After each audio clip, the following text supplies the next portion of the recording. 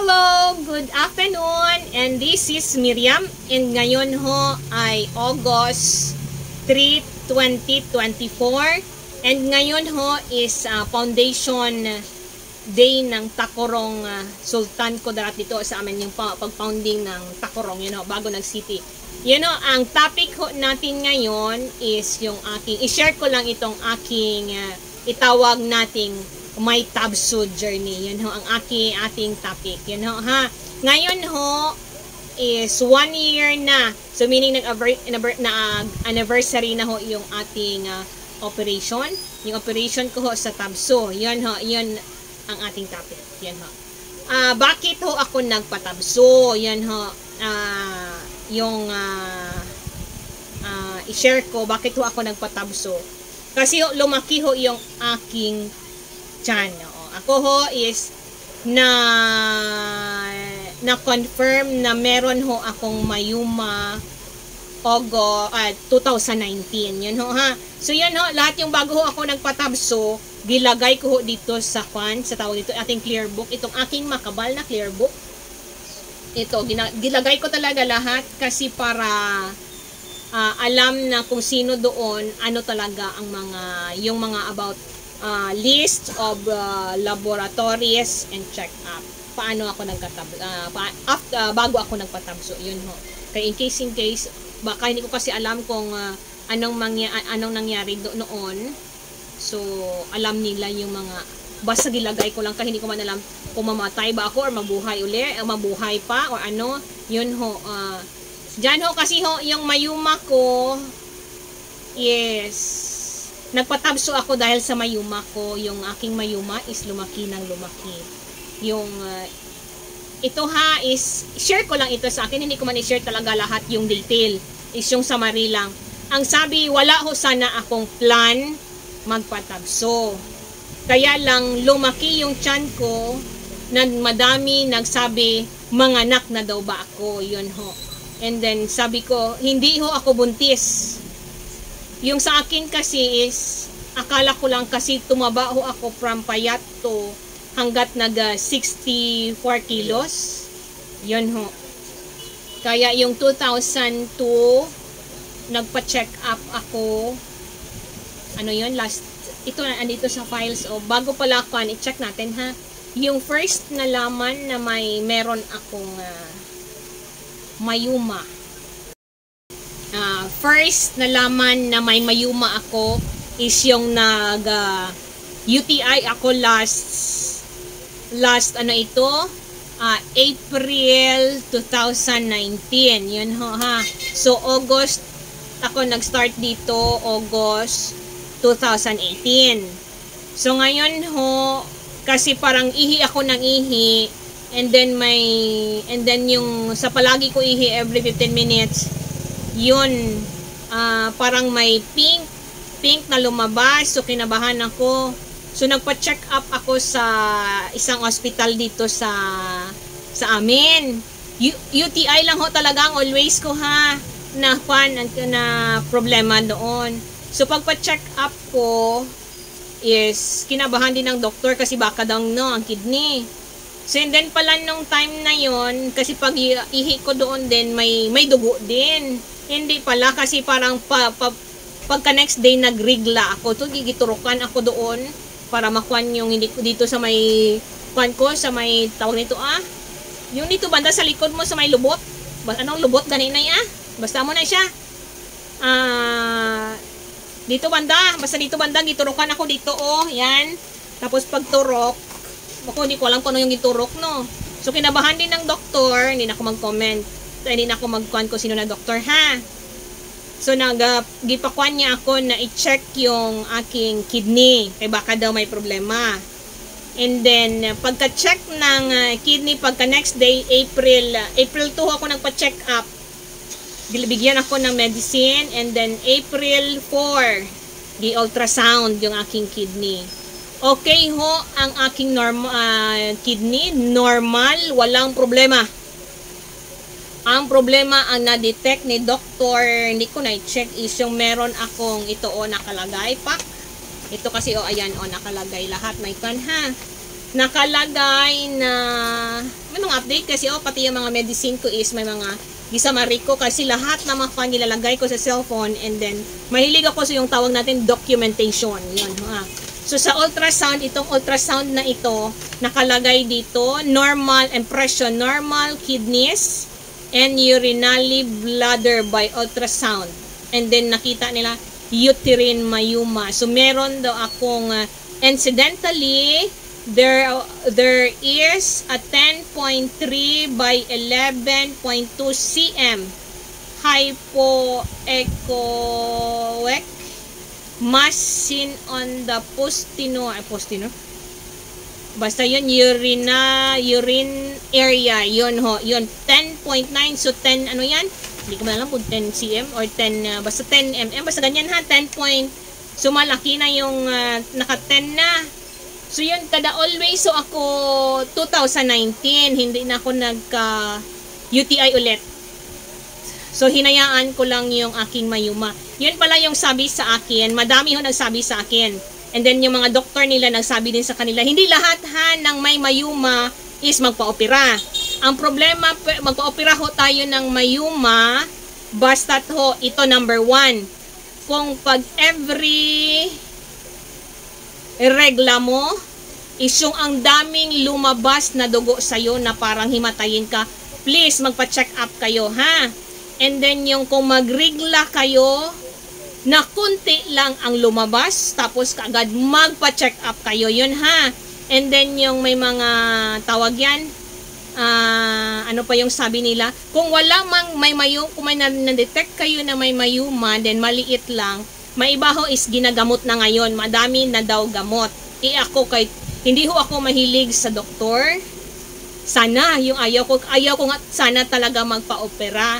Kaya lang din yung may nagtakot sa akin na baka maging cancer daw yung aking tawag yan. So mamatay kaagad tayo. Ngayon ho is anong edad ko nagpa-opera ako last year is 42. Yun ho, ha. So yun ha, hindi ako nagdalawang isip pagkasabi ng doktor. Yun ha, kahit kung may mayuma kayo maliit, hindi isagabal sa kanyo, sa pag-ihi, sa pagregla, andyan lang siya, basta maliit. Magagamot ho yan ng ating OBGNY. Yun ho, ha. Magkuhan lang ho kayo kung ano, kasi parang may mga gamot yan sila para maalis. Yun ho, yung tawag yan, yung naga-bleeding. Yun ho, iba yung naga-bleeding pag magregla. Pa-check up kayo kasi may times yung iba is pinapa-automatic yan siya kasi kung ganyan na palagi kayong bleeding, ay maubusan tayo ng dugo, ha. Yung sa akin ho is sa UTI. Yun kasi palagi ho hindi ho ako marunong, hindi marunong, kundi kung ang ginatubig ko is soft drinks. Yun. Kahilig ko ng soft drinks noon. Ngayon is 1 year na ho akong hindi nag soft drinks, always na lang tubig. Yun ho, ha. So kahit tubig na lang ho tayo para safe kasi parang ngayon ho, ang edad ko ngayon is 43. And then parang na senior ho ako kaagad ba? Na senior citizen. So yun ho, from April 2019 hanggang October 28, 2022. Dahil ho, hindi naman ako masyado gina-UTI na. So kaya ginalimit ko na ang mga soft drinks. Then, pero ang tubig ko na inom, limit din. So, dapat pala kailangan kung sobrang mainit, madami. Yun ho, hindi ho ako mahilig sa tubig. Yun ngayon, binago ko na 1.5 liters to 2 liters, lalo na pag may gamot. Yun ha. Basta okay yung ating mga kwan ha. Yun sa akin yun ha. Huwag niyo kong gayahin. Baka pala hindi pala kwan. Sa akin lang yun. And then ha, pero yun daw yung normal na inom, yung 8 glasses a day, so meaning 250 ml per inom per baso. Yun, equivalent na isang baso man ata is 250 ml, so 500, 400, 1,000, so 8 glasses is 2 liters. Yun ho, ha, ang kunin natin ha. And then next ko na pa-check up is October 2022. Malaki na ho yung aking tiyan. Alam niyo din ho, parang lahat ng video ko dyan, malaki yung tiyan ko, mayuman na ho yun. Yung nakita niyo na video ko dyan, lahat ng video ko about sa sari-sari store, malaki na ho. Kasi malaki din ako, feel ko lang, dahil malaki ako, mataba ako, tumaba din yung tiyan ko. Kasi yung mga kinakain ko din, Siyempre, cholesterol, mga shrimp, yung mga bawal, yung mga malalansa. Pero, sabi is, masarap ang bawal. Yun ha. Pero ngayon is ginalimit ko fish. Hanggat may fish na lang, yun na lang yung kinakain ko. And then gulay. Green na gulay. Yan ha. Yun yung sabi ni doktor para hindi ako. And then limit, may prutas, pero limit din kasi yung sugar. Lalo na automatic tayo na tawag, senior citizen kaagad. Automatic ako na menopause. Kasi kailangan talaga akong itabso kasi malaki yung aking tiyan. Yun na. So, October 2022, yun yung first and next ko na nagpa-check up. So, meaning, hindi ko talaga ako nagpa-check up. Nagpa-check up ako dahil lamang sa mga sabi dito na, when ka manganak, kailan ka manganak, ilang months na ang tiyan mo, hindi ho ako buntis. Yun lang ho palagi kong tanong. And then, yun ho, nag-try ako pa-check up. And then, malaki masyado yung aking aking mayuma. Yun ho. Hindi ko man kasi ito. Dito lang ko sa impresyon na lang ha. Yung March 22, multiple myoma na tatlo as described, enlarged anteverted uterus. So meaning sectory phase endometrium, normal ovaries. Yun siguro hindi ako makaanak dahil malaki na masyado yung aking mayuma. Then ito ho yung time ng October, gitry ko ho kasi sabi ko 42 years old na ako and then kahit isang anak lang. So nagpa-check up ako, sabi ko talaga kay doktora dyan sa Centrum 2, si doktora basta doon kasi siya din yung nagpaanak sa kay sister ko, 3 anak niya, 3 din na cesarean yun. So kaya dito, ito may nag-offer na dito sa kabila. Pero kaya lang, siyempre, ang mag-assist si sister, yun, mga kapatid ko.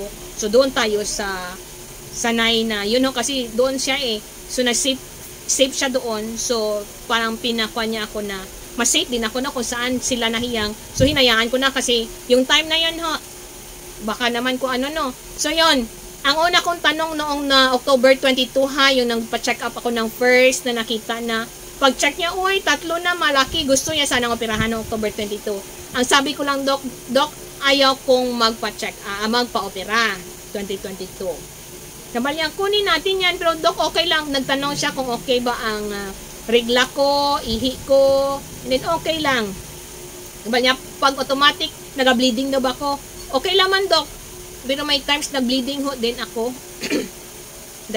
Pero yung tinanong ko lang talaga kay doktora is, hindi ko na lang muna sabihin yung name ni doktora ha, kay baka kasi para sa safety. Pero sunod, pag okay ang sitwasyon, kung pwede, tanungin ko muna sila kasi ayaw ko man din na na ganito nag-open ako, is basta na lang kuan. Pero kasi sa kanya madami na talagang nagpa-opera. Yun ha, hindi na siya basta-basta dito sa Tacorong.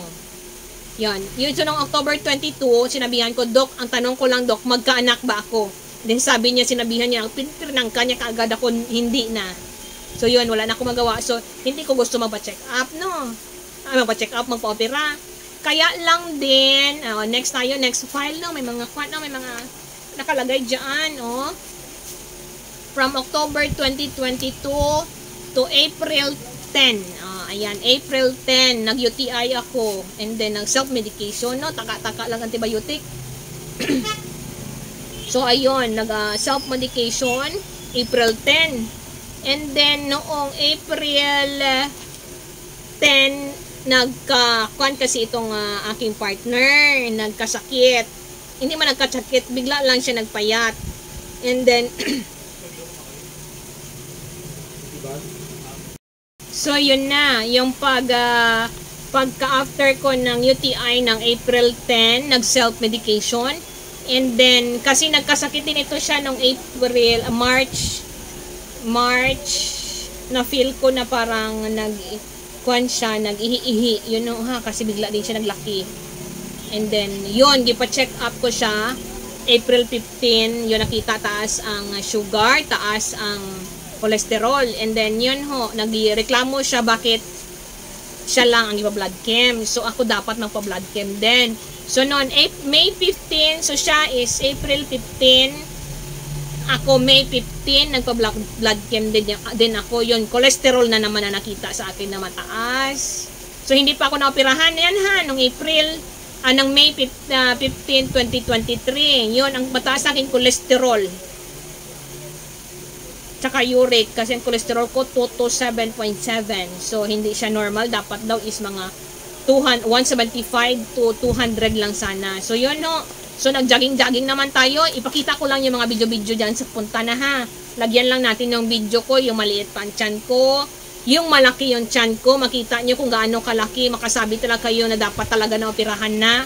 And then yung paano yung operation ko before, yung after. Ipakita ko yung tiyan ko sa inyo no? Or hindi na. Yun ho, and then mamaya na lang para matapos yung ating kwan. And then yun dahil nung mataas yung cholesterol ko ng May 15 from 227 to 28 na daw, dapat daw 175 ang normal to 200 lang. So yun ha, so nagkwan na naman ako, nagtawag niyan jogging diyan, gilibot namin kasi para magkwan lang binigyan ako ng gamot sa cholesterol. And then for 1 month, and then jogging yung kami gagabi. And then limit na yung 1 rice, and then gulay. So gikuan ko lang, tawag yan, naglimit na talaga ako magkain. So nagpayat ako no. So ngayon naman dahil nagpayat ako, and then medyo busy dito, basta nung time na yon, June 26, gibertigo ako. Hindi ko alam, basta nagilo lang ako. Kung okay man yung aking katawan. Pero bakit kahit magpikit ako, dito nanghiga talaga ako. Parang hindi pala pwede na, kung pwede, normal mo lang ang ulo mo. Kahit magpikit ako, yung parang nagalibot yung tawag niyan. Yung lahat ng paningin ko, libot talaga. And then mga ilang minutes na lang, hindi na lang ako nag-alis. Nag-inom ako ng yung Biogesic kasi hindi ko alam anong nangyari sa ulo ko. So yun lang ho, yun lang ho talaga yung try ko inom Biogesic kasi di ba may times na kumasakit ang ulo, Biogesic. So hindi ko ginakuan ang kwan ha. Ito lang is yung akin lang. Sa akin lang ito, wag niyo akong gayahin ha. Magtanong kayo sa doktor. Yan ho, kahit isa lang. And then after noon, pumunta ako sa doktor naman doon sa hospital na doon banda sa Kimsan. Yun. Pag check ko doon, so gibigyan ako, i-check up ako, 150/100 yung aking blood pressure. So na binigyan ako ng gipalagyan ako ng amlodipine. So kung pwede ko para ipahinga lang kasi daw sabi nila ang vertigo is kulang lang sa pahinga. Pahinga ho tayo ha, nang dahil baka ho siguro na sobrahan no ako yun. Mas pag sobra-sobra na parang gusto mo na lahat sa'yo na lahat.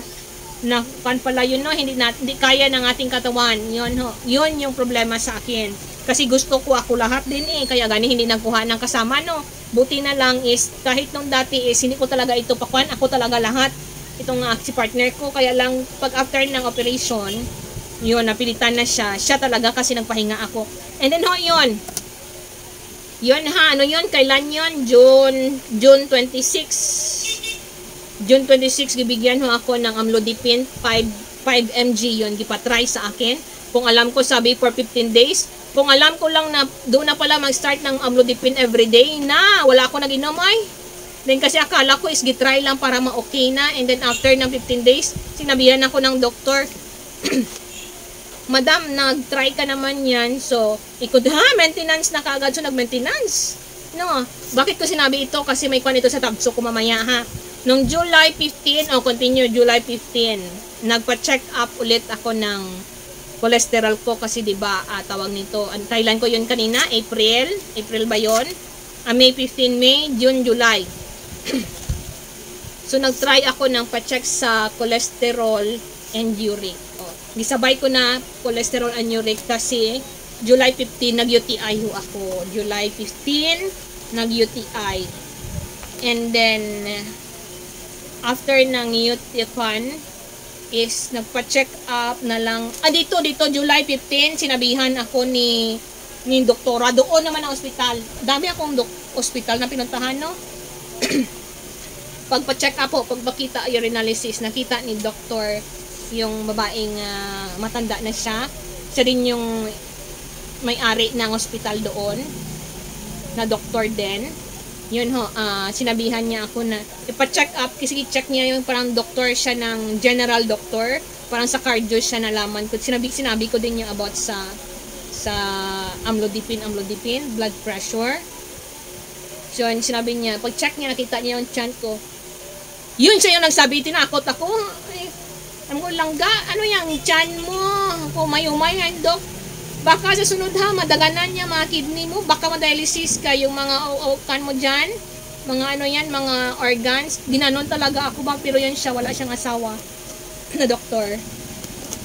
Hala, dok, ano napatay kung ipadialysis man lang ako. Yun yung una ko na sinabi doon kay doktor. Ayaw ko na din i-mention yung name ha.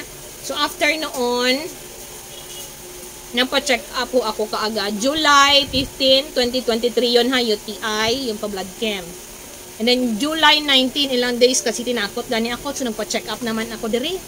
Nagbalik ako kay doktora, yung nag-check up sa akin last year sa blood, nagpa-ultrasound naman ako. Ipa-check niya naman, no? Bika-beka naman tayo. And then, yun. Di-automatic ho ako agad na tawag niyan. Yung budget, kung gusto, kasi kami na kuhan, gina-UTI ko ako yung malaki na. Matagal, sabi ni Dr. Jan, di ba sinabihan kita last year nga kuhan kita? So ngayon, so yun, gipakuha ko na lang, para daw hindi maglaki pa, baka magputok, kasi may nakilala kami na parang ahead sa akin, hindi ko lang alam, na bigla daw pumutok yung tiyan, hindi ko lang, so doon natakot na din ako, kasi nagsabay-sabay na din, madami na. So yun, nagpa-check up ako ulit and then gi-schedule. Ang sabi ni doktora, mag-ready ka lang ng 100,000 para sa operation ng mayuma. So kaya lang malaki na daw yung aking, so gi-check niya naman, malaki na ang tiyan ko. Mas malaki na sa original ha, yung 2002. So parang sinabihan niya ako kung kuha tayo ng surgeon. Siya na nagamo ko, Doc, wala kaming kilalang surgeon. So, kinuha namin yung surgeon doon sa Isulan. Si doktor na lalaki siya. And then, magkuha tayo ng surgeon mo sa mga health, yung sa mga dito. Sa lungs. Kasi nagkuhan ako, diba, na yung sa BP, baka sa anong kuhan. Si Dr. Jaan din na may clinic. Kabatch ng sister ko, yung nag-assist din sa amin. Yun siya. And then, si doktor ng yung nagakwan sa tawag niyan, yung sa likod natin, yung anesthesiologist, yun, si doktor doon na. So, doon sana kami sa maliit lang na ospital. Kaya lang, sabi ni doktor, itong nag-check na ni OBGNY na dito sa Centrum 2, gusto niyang blood chem ulit ako doon. Pero doon sa Marbel. Yun sa malaki doon na building, doktor. Basta doon lahat niya doon niya ginalagay bago unahan lang ng yellow YBL. Basta doon sa Marbel. So doon nagpa-check up ako. Dok, bago lang man ako nagpa-blood chem. So gusto niya talaga doon. So doon talaga. And then ipa-check up ako ng lahat, CBC, blood type, urinalysis, HbA, FBS, FB1, serum is GPT, X-ray, ECG, and then yung aking HbA1, yung every month, ayan sa Corandal, kay doktor, yung CT scan sa abdomen, whole abdomen, plain and contrast, CT scan ako, and then mahal pala doon. Dito meron sana, pero gusto niya doon. Kasi doon niya talaga lahat. So kami na kliyente niya, nag-follow ako sa sa doktor na sabi, kasi siya yung mag-opera sa akin. So kung anong sabihin niya, pinalo talaga namin, kasi yun yung gusto niya. So doon kami, ang laki din ng aking nabayaran doon. And then, ang sabi din doon sa hospital na yun is, maghingi ka i-partial mo lang, after mo na or maghingi daw ba ako ng tulong. So, nakaisip kami na doon na lang yung naoperahan na ako. And then yun ho, after na operation, July 22, ito no, nagpa-check up kami doon sa Marbel. Yung malaki dyan, bago tawag yan? Round ball, basta dyan. And then, yan ho. And then, July 22, receipts. Saan naman yun man? July 22.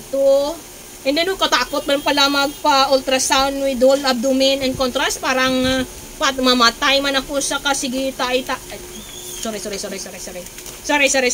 So, yan ho. And then, nagkuan ho, pagka after July, July 22, nagtaas yung aking sugar ng kunti lang.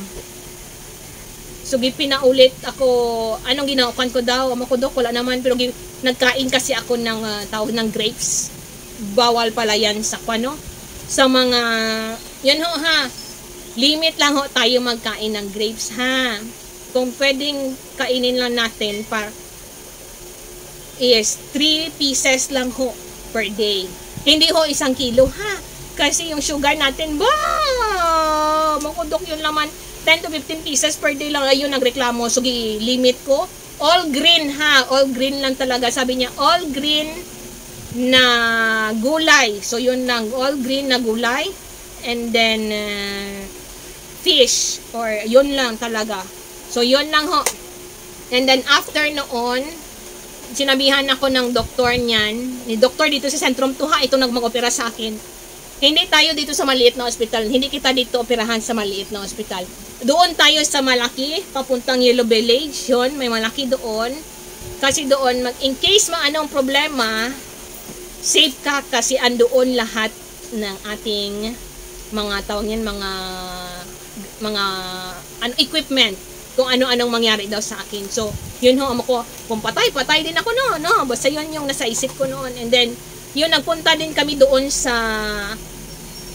tawag din sa provincial hospital kasi akala ko, gusto ko sana yung sa Malasakit. Kaya lang si Malasakit, kung sa private ka pala na kwan, gusto nila doon ka sa public. Then, nakausap ko ang area ng DSWD doon. Gusto nila kung ma-hospital ka, doon ka sa provincial talaga. And then yung i-recommend ka ng mga ganito-ganito yung mga laboratories, sila na ang bahala kung saan magkuan para ma-under sa Malasakit. Pero kung sa private ka, and then mag-help ka sa Malasakit, hindi pala. So dapat sa public lang pala yung Malasakit. So yun ha. And then after ho noon, ipalabas natin dito yung aking sa operation ha.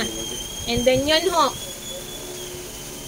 yung August 2, yung operation na ng time. August 2 is morning, 8 a.m. Okay. Ang una ko talaga, dinala ko, tawag niya na, bago nag-August 2 pala, AIDS, ano yon, yung gitest ako sa AIDS, yung HIV, yun ganyan.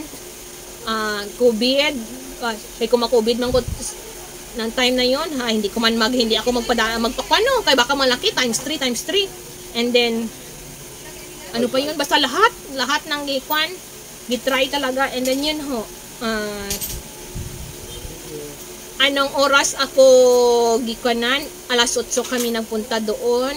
And then pagkahapon, alas 3 or alas 4 ho ako inoperahan. Yun ho ha. And then, kung alam niyo ito, pakita ko sa inyo muna. Nakita niyo ba yung aking, ayan, sandali. Ayan. Bakit may ganito? Ito ha. Ito yung aking old na lagayan ng pera. Bakit may blue? Ayan siya.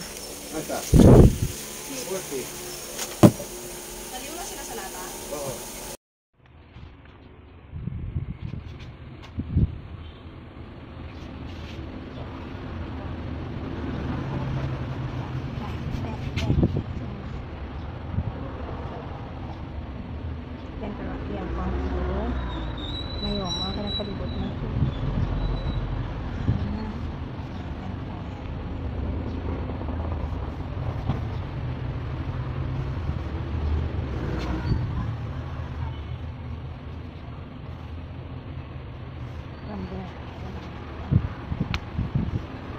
From here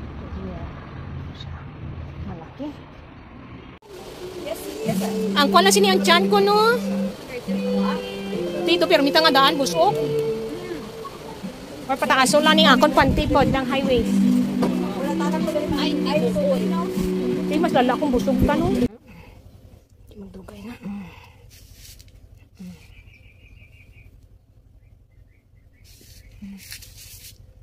Nakusong ko na ang tissue. O, tingnan natin ang ako. Pak.